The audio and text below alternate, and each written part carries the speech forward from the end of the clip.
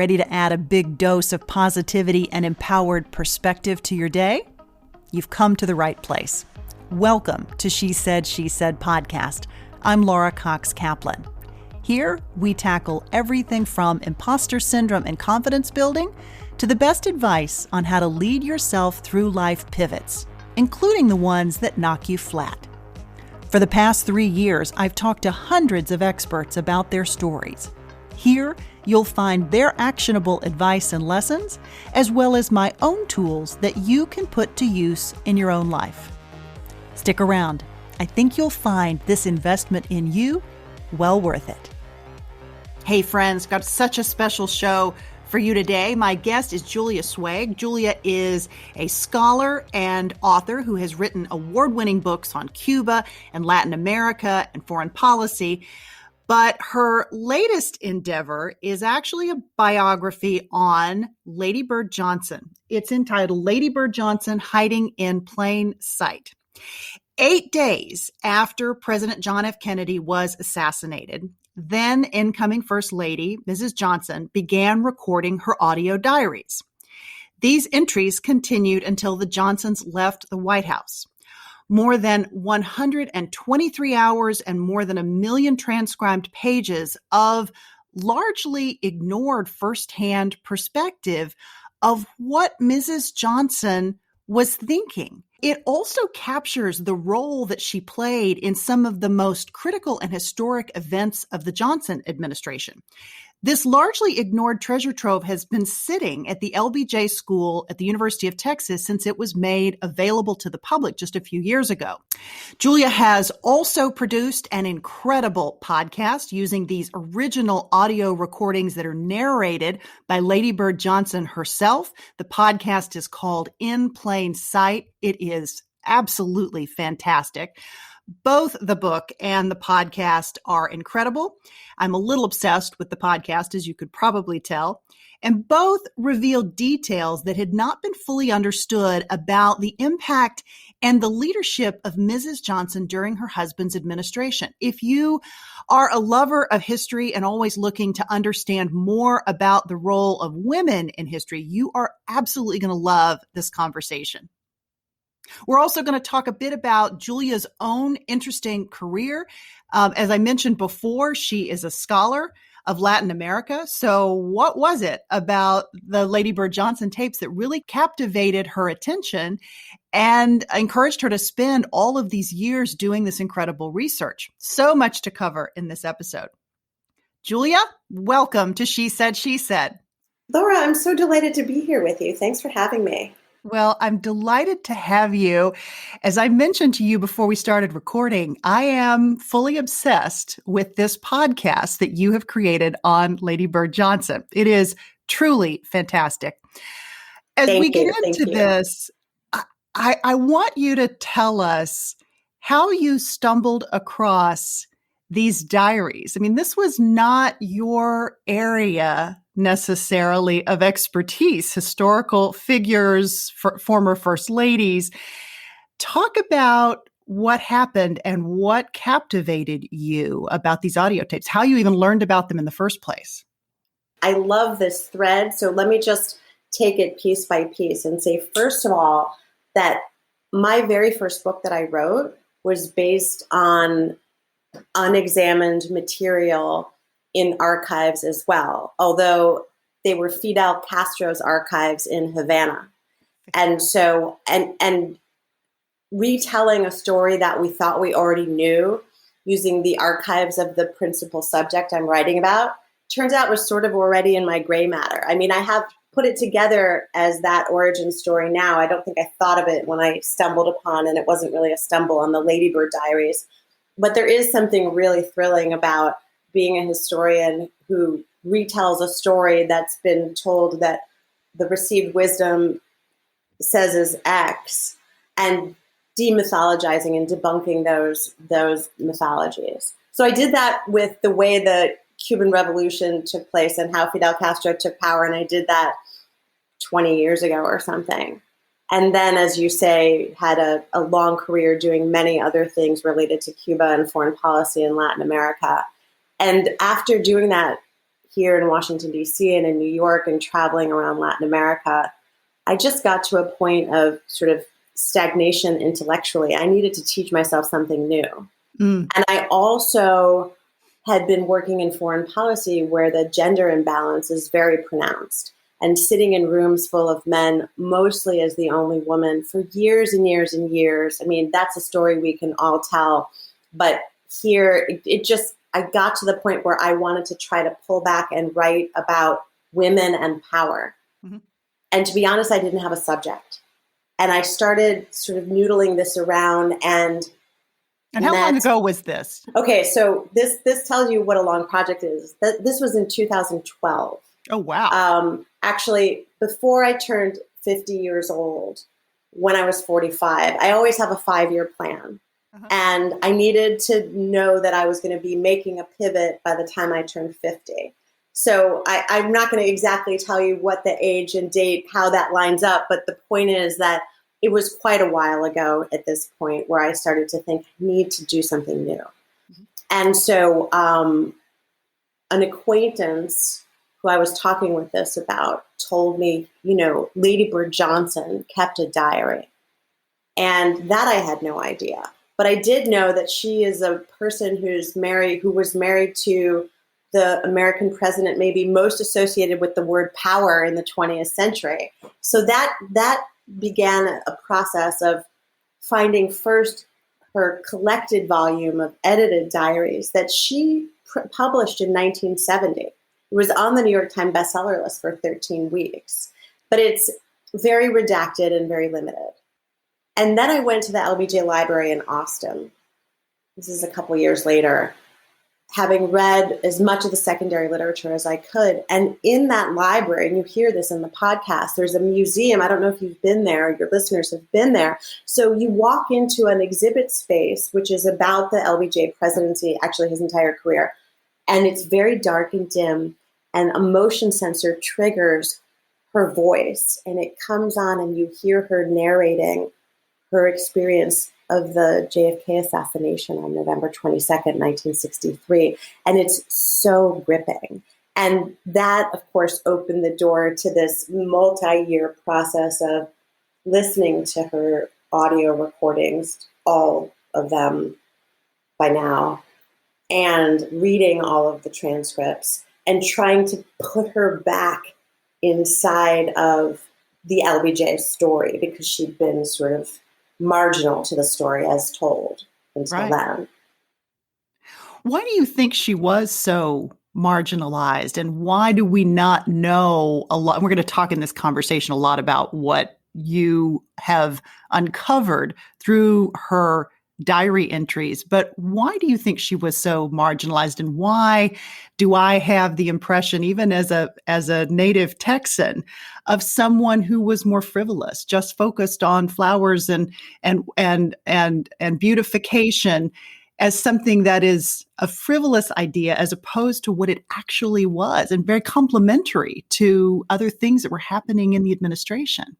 There's a lot of answers to that. I mean, first of all, she was a journalism and history major at UT in Austin. So she really had in her gray matter a commitment to recording and documenting, even well before she met LBJ, right? That was before. But as his career progressed, she started keeping records. And that material, I say that because on the one hand, she was very conscious of history and recording it, especially by the time they got into the White House. But on the other hand, she was a woman of her time who was very conscious too of who engaged in certain acts of subterfuge to conceal her power and influence. It wasn't even that she, I think, thought to herself, I have a lot of power and influence and I need to conceal it because I'm married to this charismatic, thin-skinned man and the country isn't ready yet for a powerful woman in the White House. That wasn't the narrative. It was more that this was her training and her socialization. And I think she had a lot of modesty and self-deprecation. And so that's on the one hand, that she was careful to mind how her public image, how she represented herself to the public. Although she had she was very activist, but she she cultivated her image carefully. Second thing is, though, of course, that the historiography, all of the history that's been written about LBJ, journalistic, historians, biographers, and this isn't unique to LBJ, but we're talking about that presidency, focus on the great man in the Oval Office, right? That's the nature of presidential history, and it's the nature of male storytelling to maybe not look in a rounded way.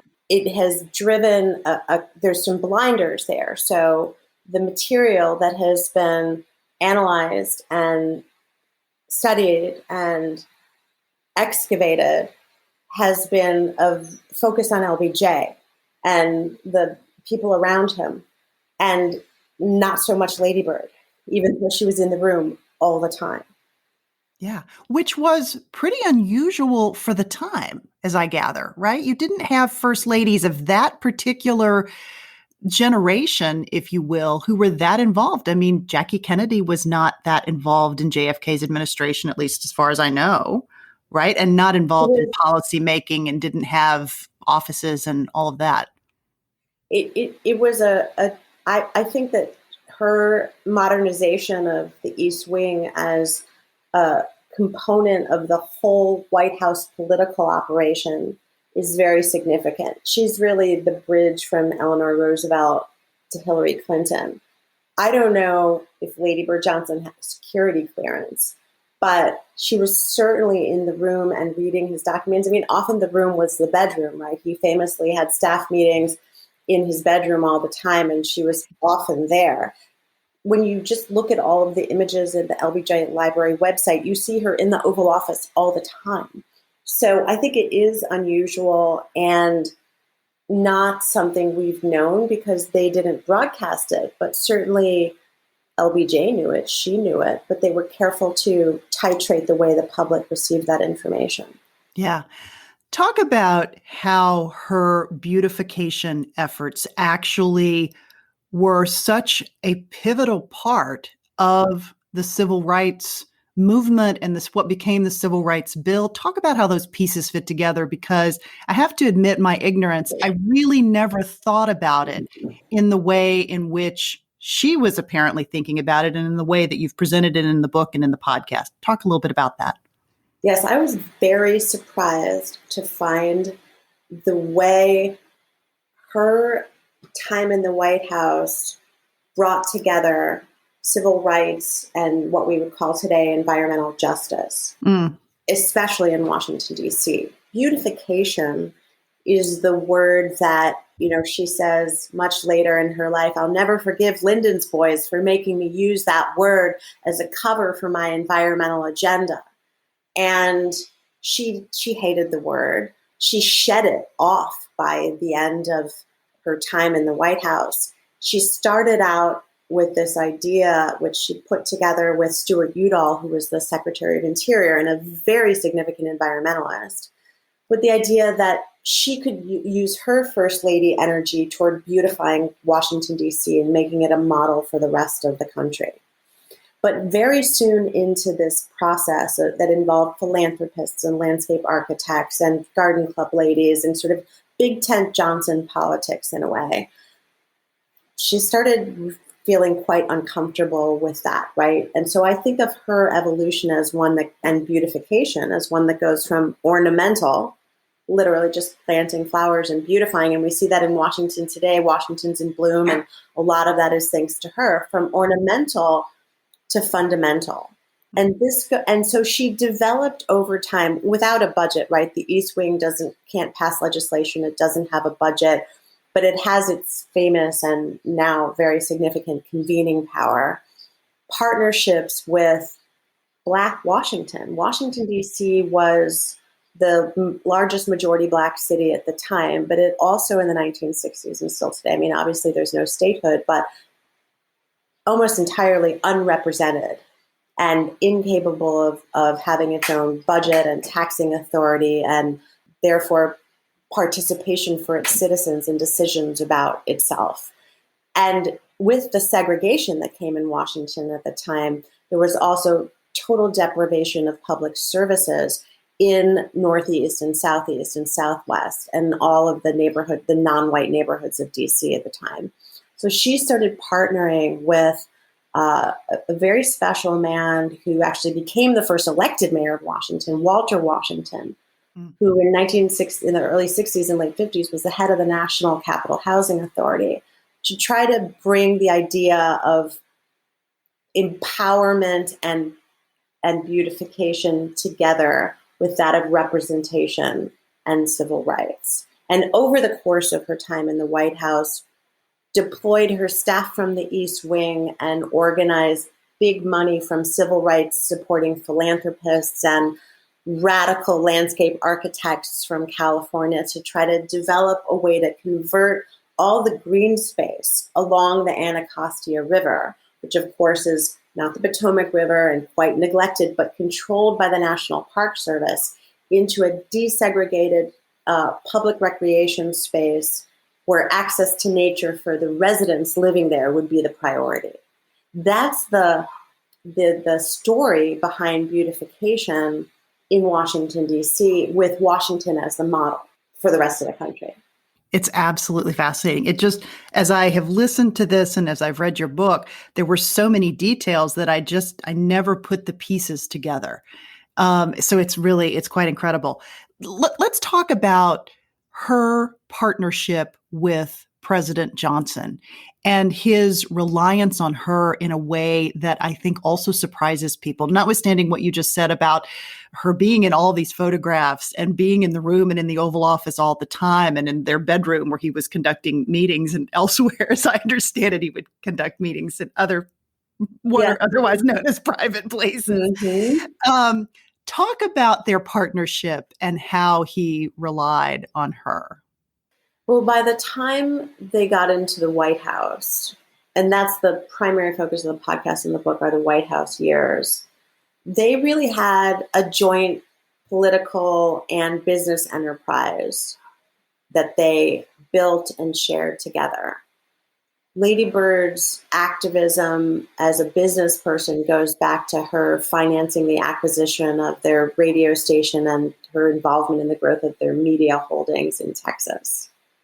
That begins in the 1940s. At the same time, as his congressional career grows, she's increasingly out on the hustings with him and, could famously memorize and repeat to him the names of everybody in the room of some fundraiser that she might have just been to.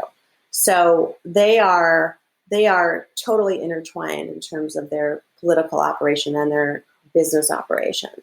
In 1960, this really becomes evident because he and she join the Kennedy ticket in that campaign. And Jackie Kennedy has been suffering miscarriages, doesn't want to go out on the campaign trail and risk another one.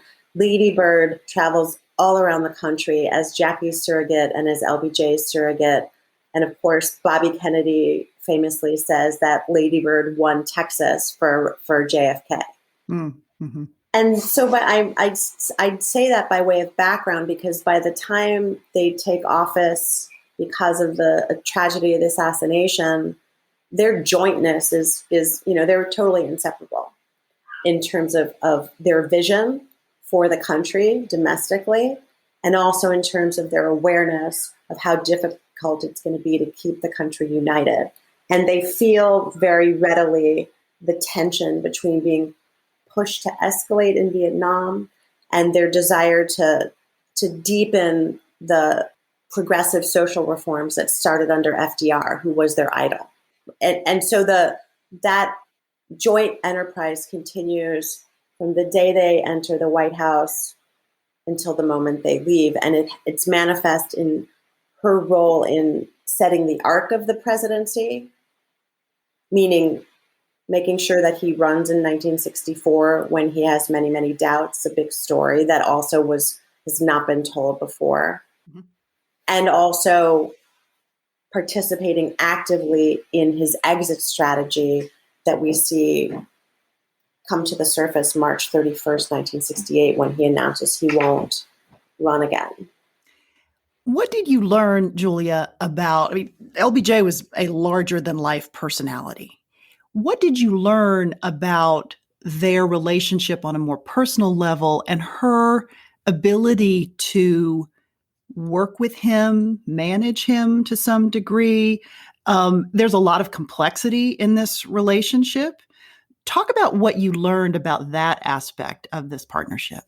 So the layers and complexity of the marriage, of course, anybody that's been married for more than a minute understands that, or married or together with anyone else for more than a minute understands that layers and complexity are also impenetrable from the outside, right? Nobody knows what really goes on inside of a marriage.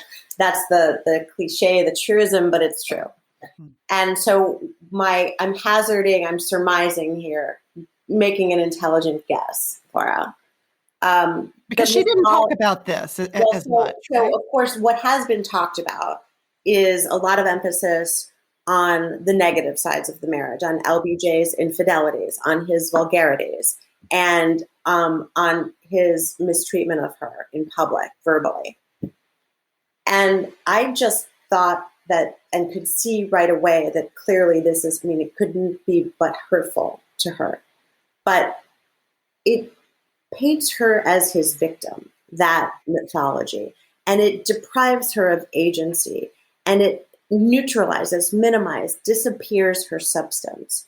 So when I took the time to read all of the material, not just her diaries, but all of the policy material and campaign material that are in the LBJ Library and in other archives around the country, what you see is that what she brought to the table was the ability, as you say, not just to manage him, but to ground him, to give him, we talk about the emotional ballast that women in marriages to powerful men provide, but it wasn't just that. It was political savvy. It was judgment. It was a strategic mind. It was judge of character. It was a highly compartmentalized, contained personality who knew how to take care of herself so that she could take care of him.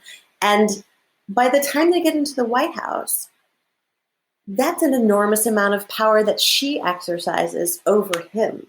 So I place that into the full context and think, well, every marriage has its trade-offs. I don't want to deny that it's horrible to know about how busy he was outside of the marriage, but there's a much bigger picture, and it's something that she clearly made peace with. What you hear in this material is how much she loved him. Right. And vice versa. Yeah. It's so fascinating. So one question that springs to mind that you reference in the book, and I believe you reference it in the podcast as well, is that you hear elements of self-doubt, maybe even imposter syndrome, or what we talk about as imposter syndrome now. And you think about this complicated relationship that she had with this very big personality, right? And where did that strength and that confidence come from to plow through that self-doubt that you hear?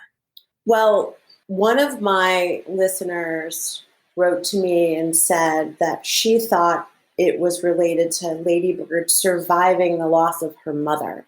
Her mother died when she was 5 years old. She was raised by her father, who was this larger-than-life kind of Tennessee Williams character.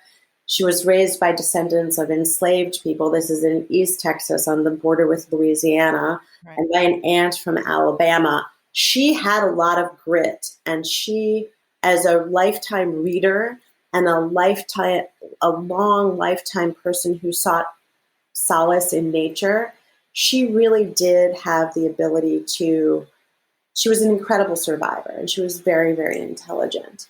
But, it's hard to know exactly what shapes people. Does trauma shape people, or does opportunity shape people, or a combination of both? And I think, taking my cue from her too, she always talked about how Lyndon himself stretched her, how he pushed her to be her best possible self. So when we hear about those stories about him giving her a hard time about her clothing, right? This wasn't as much, you don't look nice, be more femme or something. It was also, rise to your capacity and show the world how amazing you are. The ability to depersonalize that, I think for an awful lot of women to get that, what is feedback, and he probably didn't deliver it in the nicest way possible is my guess. So getting that feedback and not personalizing it, I was not aware of the fact that her mother had passed away and this idea of resilience and where that comes from. But that's a really interesting element. And you wonder if she saw, in some respects, LBJ was similar to her father personality wise, perhaps. And that, the training from a very young age at having somebody who was tough, right. And not having that mother figure. It is different. Men and women, certainly in that decade, raised children differently and related to children differently. So you wonder. Was tough, but he adored her. I mean, and he gave her a lot of independence. She started driving herself to high school when she was 13 years old. She was a young girl of privilege. She had a credit card to Neiman Marcus when she was in college. And in fact, she never used it. And she was a bit of I don't know if we use the term tomboy anymore, but it's interesting to me, women have to sort of stuff ourselves into certain outfits and appearances and kind of show up in public looking certain ways that we're socialized to, certainly in her era. And she never liked the idea of having to stuff herself into shoes and girly clothing. She got used to it once she became a political animal and a public figure, but it wasn't her nature. It wasn't her nature, but her father, back to the father, gave her a lot of autonomy, gave her, I think, confidence, encouraged her intellect by bringing in this kind of eccentric aunt to help raise her, who was an opera buff and read very well read herself. So I think by the time she meets LBJ, you're right. She was trained to deal with the big personality, but LBJ saw her very remarkable attributes, and that's something about him. He was very good at spotting low ego, highly intelligent people and bringing them into his inner circle. And many of them stayed there for decades as Ladybird. So fascinating. Let's talk a bit about her relationship with Mrs. Kennedy. Mrs. Kennedy had a very interesting persona and a very different role in the White House.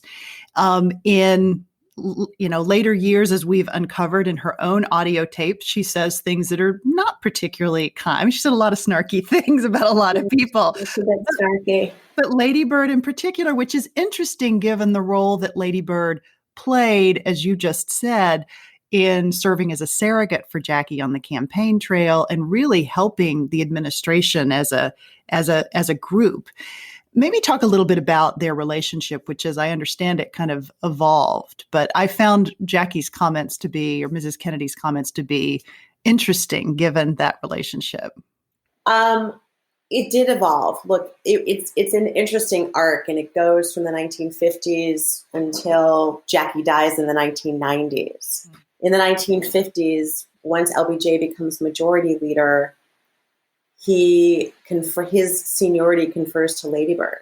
So she's sort of the queen of the Senate spouses, and they meet once a month, and it's a time for intelligence gathering and intelligence spreading, and as I imagine it. And she brought Jackie in, and Jackie was a socialite. I mean, she was a debutante and an equestrian, and she studied in Paris, and she was very, very different in orientation and culture than Lady Bird, and each of them knew that. But they were very respectful to one another. Lady Bird, you can hear it on the podcast, speaks of her quite adoringly. In 1960, the tables turn, and Lyndon loses in the first ballot in Los Angeles at the convention, and Jack is now on top and asks LBJ to be his vice president. So suddenly the asymmetry that the Johnsons had been used to flips, and they're on the bottom, right? Who wants to be vice president? But they couldn't find a way to say no.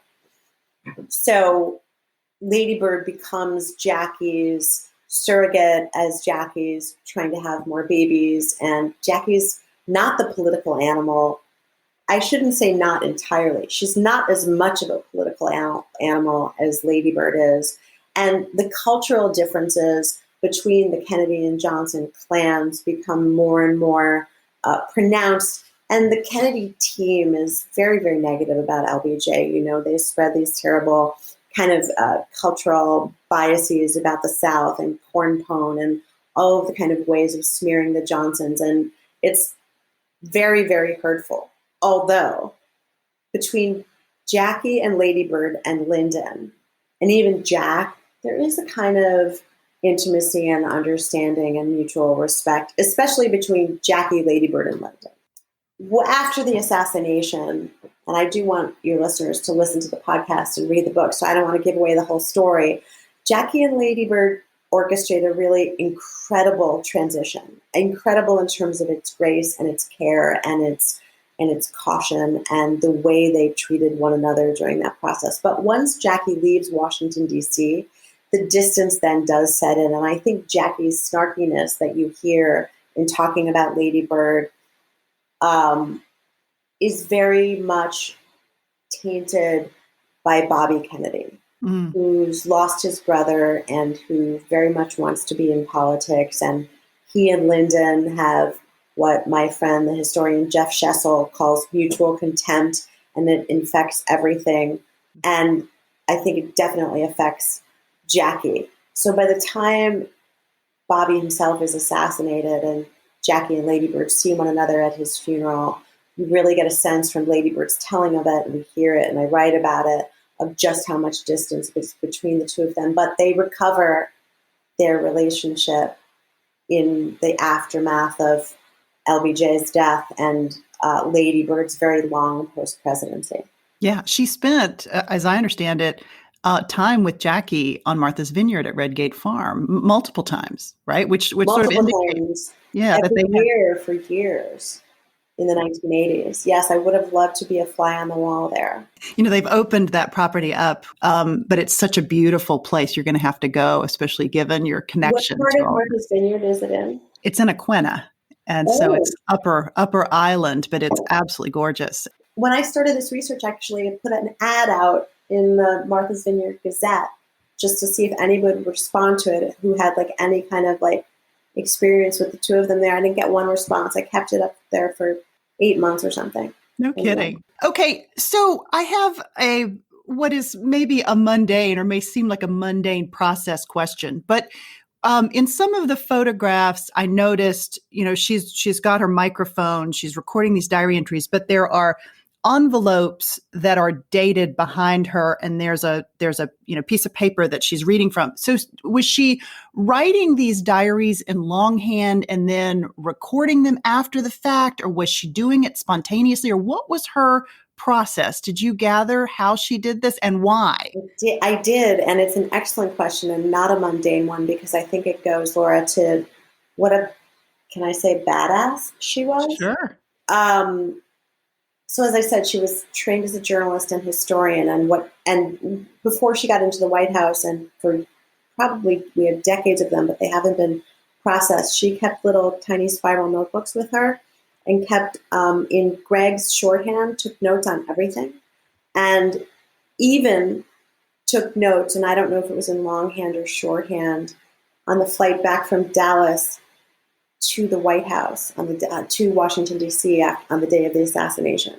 So this was a woman who was constantly gathering material. The way she produced her audio recording was not in longhand first. Her staff in those envelopes you see would put together for every day press clippings, Lady Bird's daily diary, that is her schedule, Lyndon's schedule, memos, guest lists, all kinds of material that would allow her to then record her first draft of history. It's really kind of amazing. She didn't write her diary entries down first. Her first draft are recordings. Wow. And that's stunning, right? Because she could sit there and synthesize and tell a story and do it in these cogent paragraphs. She very seldom would rewind and re-record. Her straight first drafts were incredibly remarkable. And then before she left the White House, they started to transcribe them. That is fascinating. That, in fact, I find that quite stunning, especially as somebody who spends a lot of time in front of a microphone, to be able to do that spontaneously without editing, without pausing, without cleaning it up. That is remarkable. And to tell a story that coherently, that's really She's something. the first podcaster in the White House. She really is. It is remarkable. I agree. Yeah. What about the Johnson family, her two daughters and her grandchildren? Have you had contact with them, and what do they think about this project and their mother/grandmother? Well, I did ask both daughters, Linda and Lucy, to allow me to interview them during the writing and research process, but I didn't make any headway, and so I didn't interview them. I don't think it was I'm not exactly really sure why, but subsequently I had the opportunity to go to Linda Robb's house because we taped a CBS Sunday morning program there. So I had the chance to share the book with her, look at the photographs, and I don't know what she specifically or Lucy specifically think of the book, but I have heard from some of the grandchildren. And that's been really gratifying because what they're telling me is that they love to hear their grandmother's voice and her spirit, and that their friends are listening to the podcast and reading the book. And that just makes me feel very happy because I know if that were my grandmother and I had been raised around this interesting, bright, articulate woman, being able to go back and listen to her tell her story of when she was in the White House would be a wonderful experience. Yeah, I think for anyone who has living relatives who are older, to sit them in front of a microphone as fast as you can and have them record their memories, because the power of the spoken word, I mean, it's what makes podcasting so incredible as a tool. Let's talk a little bit about that, Julia, because you have embraced podcasting as a complementary tool. And I'm curious about why you did what you did. You've written this book, you've produced the podcast, which takes excerpts from different elements. And I'm not even sure how many episodes. I hope there's many more, but you've produced now 7 or 8, I think at last count, 7. And 8 is next week. I don't know when you're airing this, but there are 8 episodes. Okay, 8 total. And possibly a couple of bonus episodes in the works. Okay, great. Talk about your thought process and why you decided to do what you did. I assume you wrote the book first and then produced the podcast, but talk about sort of when it occurred to you that this would be a great thing to do. Well, I did write the book before I produced the podcast, but over the several years it took me to write the book, that coincided with the explosion of podcasting, right? I think Serial, which was the first big one by Laura Koenig, that came out when I was in the early stages of this process, or at least of the writing process. Because Lady Bird left this huge audio trove, right? It's 123 hours of tape. And because we hear her in her own voice, narrating her experience of these iconic moments in recent American history, it just seemed a natural fit to me that the book in and of itself, as much as I love the book and I hope your listeners will read it, couldn't do full justice to her story. And that the ability to hear people in real time narrate their experiences is astonishing. And it brings things so alive. So as I was in the final stages of editing the book, I had a coffee with an old friend of mine, since we were teenagers in San Francisco growing up, who's had been in the film and entertainment industry for a long time and had just launched his podcast company, Best Case Studios. And we started talking about the Lady Bird story and how we could turn it into an audio, basically an audio documentary, because that's what it is. His name is Adam Pincus, and he's really the creative genius, I think, behind the podcast, because he's a musician. He's had a lot of experience directing. He directed me. He helped transform the story into scripts, and we pulled together a team that involved archival producers, so we were able to ferret out and pull in all that archival material from the period. And then we teamed up with ABC News, which was a huge help because we could use their archival material to really pull it all together. And I love the format.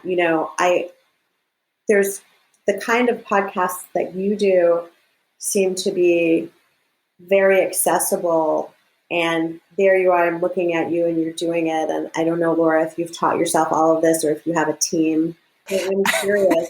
Yeah, I use freelancers. Although at the moment and with COVID, we really had to sort of change everything. We were recording in a studio before COVID on a weekly basis, and we had to obviously immediately pivot from that. So I had to figure out how to make Zoom work. And now, as you know, we're using Squadcast, which is a fantastic platform. But ultimately, I have a master's degree in broadcast, so I had the fundamentals. And then I have 2 degrees in journalism and government. So my career took a lot of different turns before I got back to where I think I probably was always supposed to be at some point in my career. Yeah. This idea of storytelling through this platform was not something that I had necessarily thought that I would end up doing, but that's where I ended up. So I had some ability already in understanding how to edit and how to produce. We're a startup at best, so I still have plenty to learn, but the basic fundamentals, I had some background in. Well, I think it's a really powerful medium. And, you asked me if I had written the book before I produced the podcast. Yes, we produced the podcast in the last 6 months of 2020 and released it for Women's History Month.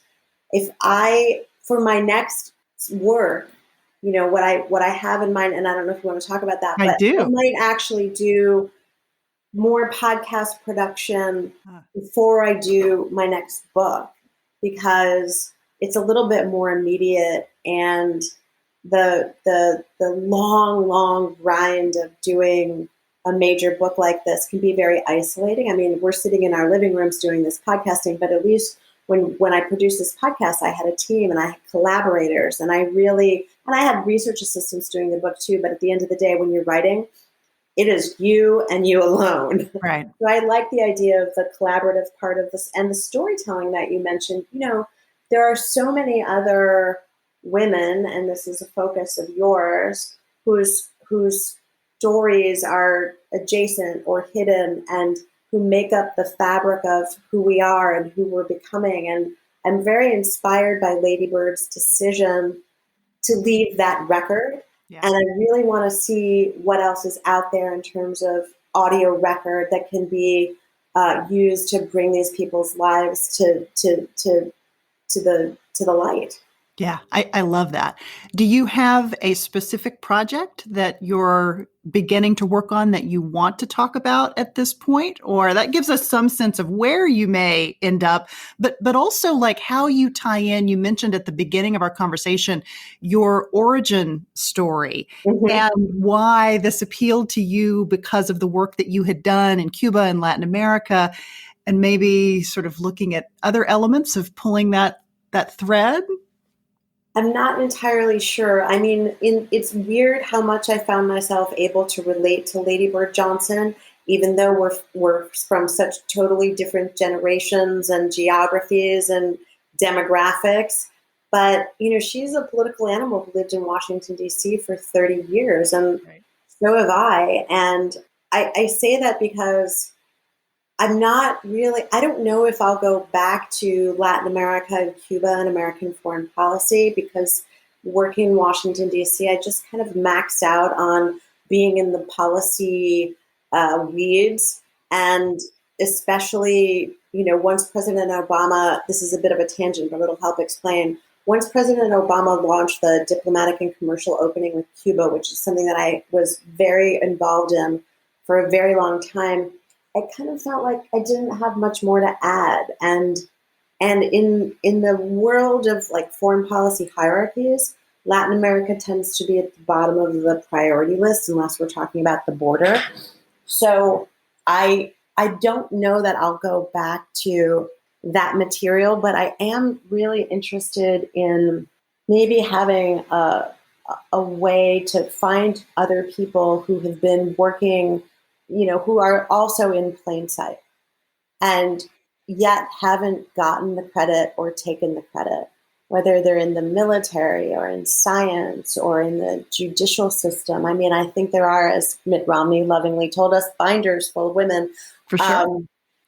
And so the question is to be able to sort of get back in when they open up into the archives to find out who else left the kind of material that can be used for audio.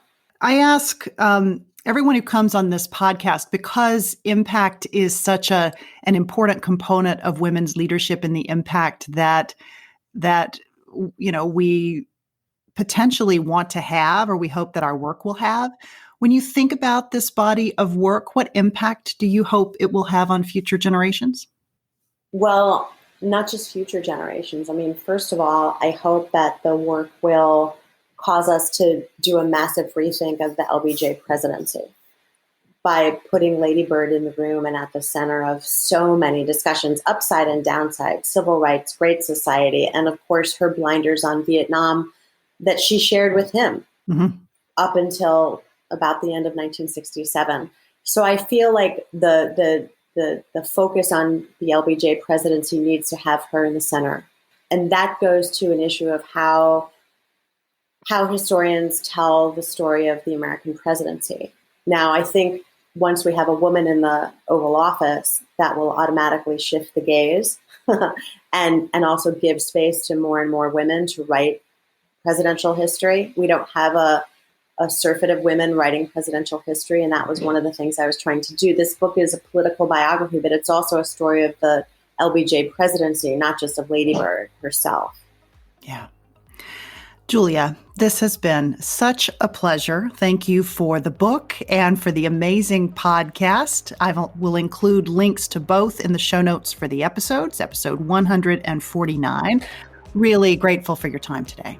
Laura, thank you so much for having me. What a wonderful interview. I'm very happy to meet you. Hey, friend, thanks so much for joining us today. To learn a bit more about Julia Sweig, check out the show notes for this episode, episode 149. I've also included links to both Julia's terrific book on Mrs. Johnson called Lady Bird Johnson Hiding in Plain Sight, as well as the terrific podcast called In Plain Sight. You'll find those materials, as I said, in the show notes for this episode. Now, before I let you go, I need your help. If you're enjoying She Said podcast, I would love to hear from you. And there are several ways that you can contact me and send us some feedback. The first, if you are listening on iTunes, is to click the review button there, give us 5 stars, and then write just a few words about why you listen to She Said podcast.